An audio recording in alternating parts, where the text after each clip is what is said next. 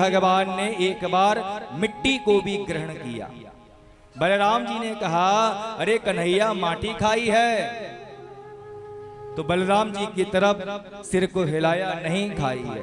जब मैया ने कान मरोड़े, भगवान जी ने मुंह खोला कन्हैया ने, तो देखते क्या है मैया कि मुखार बिंद के अंदर तो नाना प्रकार के पहाड़, समुद्र, ब्रह्मांड, ब्रजमंडल, नंद महल स्वयं को भी देख लिया। इस प्रकार भगवान ने अपने मुखार बिंद के अंदर पूरे ब्रह्मांड के दर्शन मैया को कराए। मैया तो आश्चर्यचकित हो गई। भगवान ने अपनी माया से मैया ने जो देखा वो सब भुला दिया। कहीं मैया के मन में पुत्र भाव की जगह भगवान का भावना आ जाए, पुत्र का मुझे प्रेम मिलता रहे, इसलिए भगवान ने विस्मृति कर दी। भगवान ने मिट्टी क्यों खाई? क्योंकि कंस ने यज्ञ अनुष्ठान सब बंद करा दिए थे, धरती अपवित्र हो गई थी, तो भगवान ने मिट्टी को खाकर मिट्टी को पवित्र कर दिया। अब भगवान ने मिट्टी को तो पवित्र कर दिया, अब जल को भी पवित्र करना चाहते हैं। हर किसी के लायक जल हो जाए। यमुना जी में बहुत जल है, लेकिन सब विषैला जल है। कालिया नाग रहता था। अच्छा, रहता क्यों था? पूरी दुनिया में कालिया नाग के लिए केवल यमुना जी मिली। यमुना जी से बड़ी तो गंगा जी है, कितनी विशाल है, उसमें भी जा सकता था। और नदियों से बड़े तो समुद्र होते हैं, वहां पर जा सकता था। तो कालिया नाग के लिए यमुना जी ही क्यों मिली? तो एक भक्त ने बताया, एक बार की बात है, सौभरी ऋषि जो हैं वो तपस्या कर रहे थे यमुना जी के तट पर।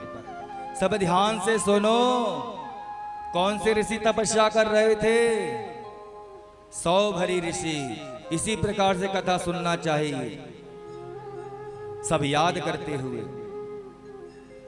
ध्यान से सुनो और ध्यान से मनन करो, तभी तो विमान आएगा परमात्मा का लेने के लिए आपके लिए 7 दिन के बाद। अब इधर से सुनोगे, उधर से निकाल दोगे, यहां से उठोगे, यहां जो सुना यहीं छोड़ दोगे, तो जीवन में कुछ पल्ले नहीं पड़ने वाला। ध्यान से सुनो और ध्यान से चिंतन में ले आओ। यमुना जी के पास में, यमुना जी के तट पर सौभरी ऋषि तपस्या कर रहे थे। गरुण आया और सौभरी ऋषि के सामने ही मछलियों को खाना प्रारंभ कर दिया। बहुत हिंसा करी, मछलियों को मारा, पेट भी भरा, मछलियों को मारा भी। मरी हुई मछली को देखा तो सौभरी ऋषि को बड़ा कष्ट हुआ। हाथ में यमुना जी का जल लिया और श्राप दे दिया गरुण को। गरुण कौन है? भगवान विष्णु के वाहन हैं, सेवक। गरुण को श्राप दे दिया, हे गरुण, आज के बाद अगर तुमने यमुना जी में किसी भी जीव की हिंसा करी तो गरुण तुम्हारे शरीर के 100 टुकड़े हो जाएंगे, उसी पल तुम्हारी मृत्यु हो जाएगी। इतना जब पता चला गरुण के लिए तो सावधान हो गया, कभी यमुना जी के तट पर नहीं जाता था। उधर जब सांपों का जो स्थान था रमणक द्वीप, रमणक द्वीप पर जब सांपों का स्थान था, गरुण जो है वो हर महीने जाता था रमणक द्वीप में और सांपों को मारता था, खा लेता था। सारी सांपों की प्रजाति, नागों की प्रजाति, सबको खा लिया, सबको मार दिया। किसने? गरुड़ ने। लेकिन जब ये बात पता चली कालिया नाग के लिए, अपने परिवार को बचाने के लिए कहाँ जाऊं, तो मन में विचार आया कि यमुना जी के तट पर कभी भी गरुड़ नहीं आता है। अगर आएगा, अगर हमको मारेगा, नुकसान करेगा हमारे परिवार का, तो गरुड़ स्वयं मर जाएगा।